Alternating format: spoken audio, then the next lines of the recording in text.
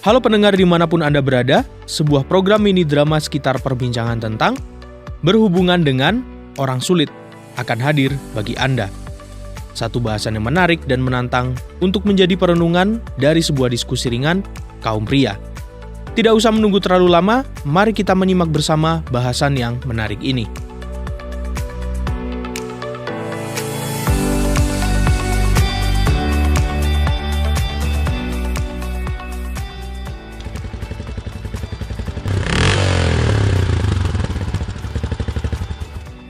Oh, Dek Joko. Iya mas, selamat sore. Selamat sore, Dek. Dek Joko nampak lelah sekali sore ini. Kelihatan ya mas? Wajah Dek Joko itu menunjukkan kelelahan batin.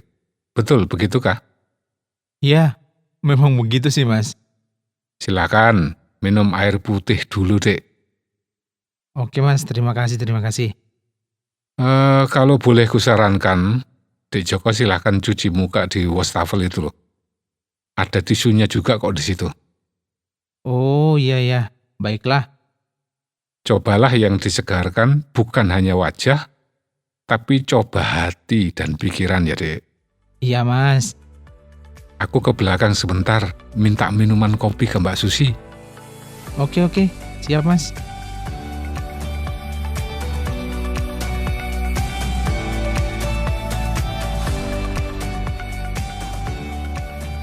Dek Joko, Iya mas.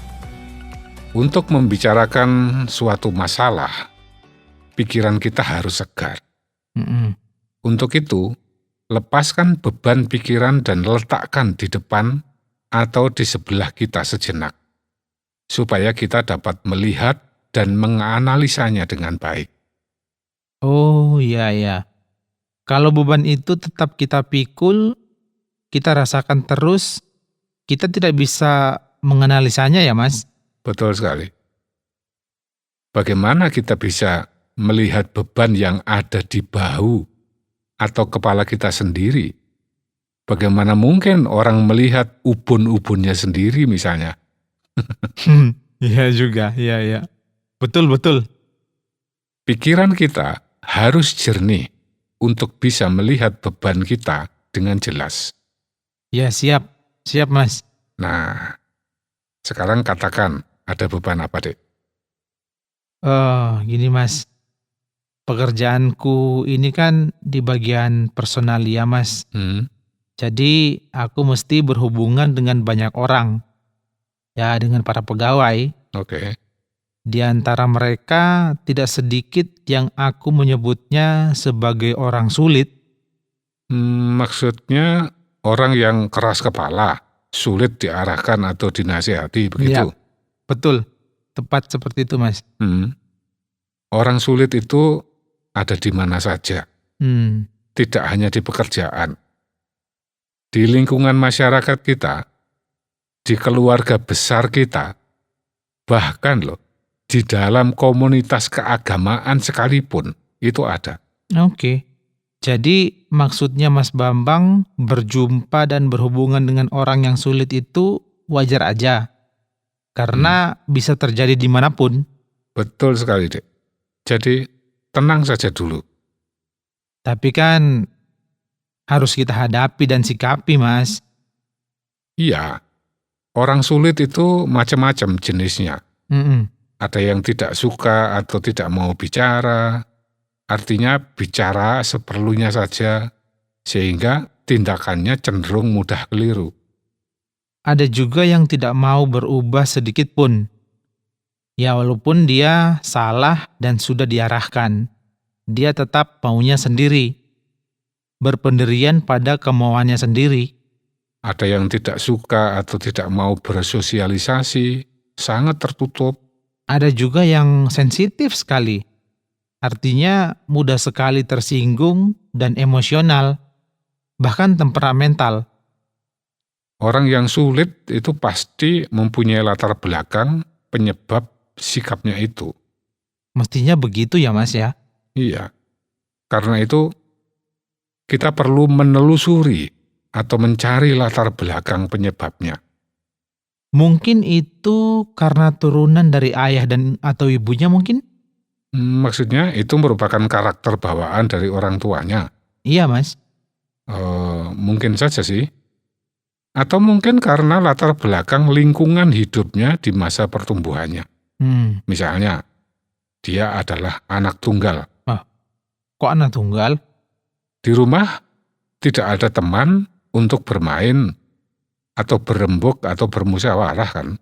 Oh. Mungkin di sekolahnya juga dia adalah satu-satunya siswa yang berbeda dari semua temannya. Dari sisi ras atau warna kulit, suku bangsa, agama atau yang lain. Sehingga dia di sekolah merasa terkucil dari teman-temannya begitu? Atau mungkin orang tuanya terlalu sibuk bekerja, kurang memperhatikan anaknya, seakan tak ada waktu untuk dia. Sehingga dia kurang pendidikan mental dan pengasuhan jiwa dari orang tuanya. Bayangkan betapa sulitnya orang-orang yang berlatar belakang seperti itu ketika di masa dewasanya harus berhubungan dengan orang lain. Iya, betul sekali, Mas. Wah, kayak aku dulu. Tapi sekarang Dek Joko sudah berubah banyak sekali loh. Oh ya? Begitu kah, Mas? Iya. Kalau seperti itu tadi, siapa yang bisa disalahkan? Tidak ada yang boleh disalahkan sih, Mas. Terus bagaimana dong? Ya jangan menyalahkan dia kalau begitu. Jangan memandang dia sebagai orang salah, tetapi pandanglah sebagai orang yang punya masalah. Iya, sebab jika kita memandang dia bersalah, kita akan menghukum dia. Tapi jika dipandang sebagai yang bermasalah, maka harusnya kita menolong dia. Tepat sekali, Dek. Jangan merendahkan dia karena sikapnya yang keras kepala. Mintalah pendapatnya. Kalau pendapatnya ternyata keliru dan kinerjanya juga kurang baik, lalu bagaimana, Mas? Jangan langsung menentang atau menyalahkan pendapatnya. Hargailah pendapatnya walaupun tidak tepat atau salah. Pujilah sedikit kinerjanya lebih dulu, walaupun kurang bagus, di bawah standar atau di bawah target. Apa itu tidak membuat dia menjadi besar kepala, Mas? Dan pasti dia akan tetap jadi orang yang sulit. Kemudian, tunjukkan pendapat yang lebih tepat. Belokkan pikiran atau pendapatnya kepada yang benar. Oh, gitu. Oke. Orang seperti itu perlu diajak melakukan kegiatan bersama. Dia perlu didampingi tanpa banyak bicara. Kepadanya perlu ditunjukkan contoh kerja yang benar dan efisien. Oke. Kepada orang yang sulit begitu itu, perlu dilakukan pendekatan tanpa lelah. Harus dengan sabar ya, Mas ya? Iya, sebab kasihan dia harus ditolong. Dan namanya menolong kan harus sabar dan telaten. Iya, Mas, betul itu. Selain itu, Dek, menurutku, supaya orang yang sulit itu bisa berubah, dia perlu diberi tugas yang menantang bersama dengan tim kerja. Iya, Mas. Apa dia tidak perlu disadarkan tentang kelemahannya? Oh iya, itu perlu itu. Terutama ketika sudah terjadi pendekatan dengannya. Ketika sudah sadar, perlu ditunjukkan kebutuhannya untuk berubah. Dia perlu diyakinkan bahwa perubahan dalam dirinya pasti bisa dilakukan dan terjadi. Betul, itu penting sekali, Dek. Dia perlu disadarkan bahwa perubahan menjadi baik itu pasti menyenangkan. Menyenangkan dirinya, menyenangkan diri sendiri, dan menyenangkan banyak orang. Ya, dia perlu disadarkan bahwa memiliki banyak teman dan bekerja bersama dengan tim itu sangat menyenangkan. Kesenangan bersama dengan tim itu merupakan kesenangan yang besar. Ya, bukan yang penting dirinya sendiri senang. Ya, yang kita inginkan kan orang sulit itu berubah. Ya, tentu, Mas. dia pasti merasa bahwa untuk berubah itu berat, dan kita harus memahaminya. Ya, karena itu perlu diberikan contoh tentang orang yang bisa berubah dan orang yang sulit pun bisa berubah. Betul sekali, Dek. Ya, setidaknya seperti perubahan pada diri Dek Joko sendiri, yang tumbuh sebagai anak tunggal. Ya, Mas. Ternyata berhubungan dengan orang yang sulit itu sulit juga ya, Mas ya. Berat. Bukan sulit, Dek, tapi menarik. Oh ya, menarik. Menarik karena butuh kreativitas, ketekunan, dan kesabaran. Sebab pasti membutuhkan proses yang cukup panjang dan menantang. Tapi pasti menyenangkan, memuaskan batin ketika kita bisa melihat orang yang sulit berhasil dan berubah. Adalah kebahagiaan besar jika bisa membahagiakan orang yang sulit, Dek.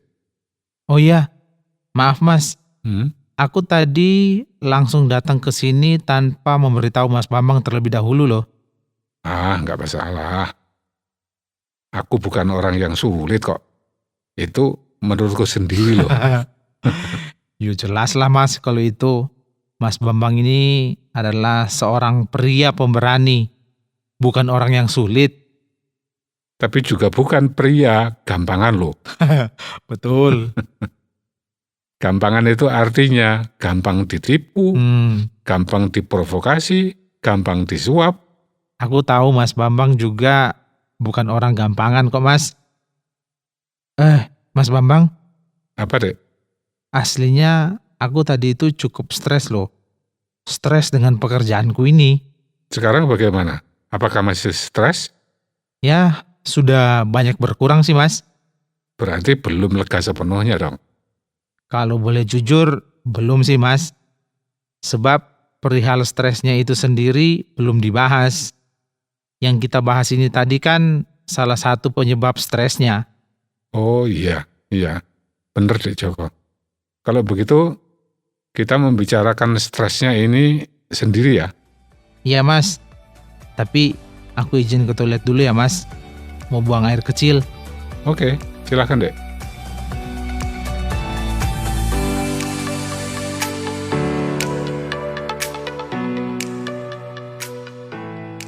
Sahabat pria pemberani, demikian tadi obrolan tentang berhubungan dengan orang sulit. Semoga obrolan yang singkat tadi bermanfaat dan menjadi wawasan untuk diperhatikan supaya menjadi suami yang setia. Pria pemberani terus maju dan berjuang. Terima kasih atas partisipasi Anda. Sampai jumpa kembali dalam topik yang berbeda dan menarik di dalam program yang akan datang. Jika Anda memiliki pertanyaan atau ingin memberi respon terhadap topik yang berhubungan dengan program ini, silakan menyampaikan melalui WhatsApp ke nomor 081 333 777 386. Sampai jumpa.